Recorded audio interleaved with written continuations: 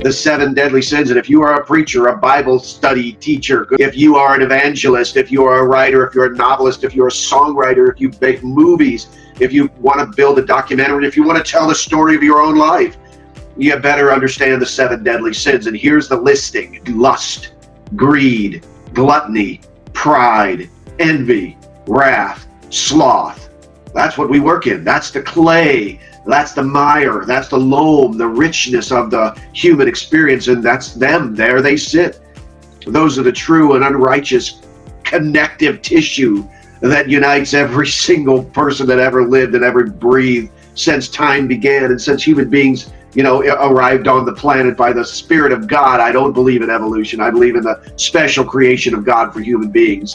There are none, and I mean zero, human beings that have ever lived that can say, I evaded the human dimension of one of the seven deadly sins. It's not going to happen.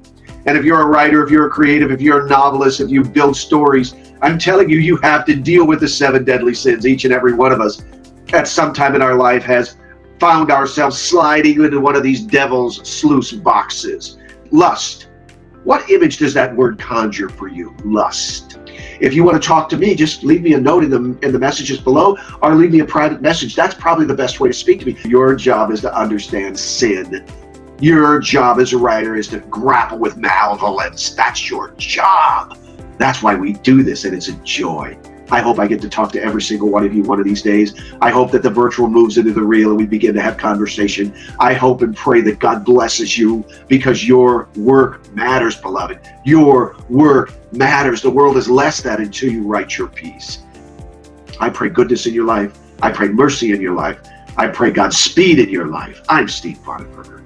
This is Writers and Creatives. Travel far.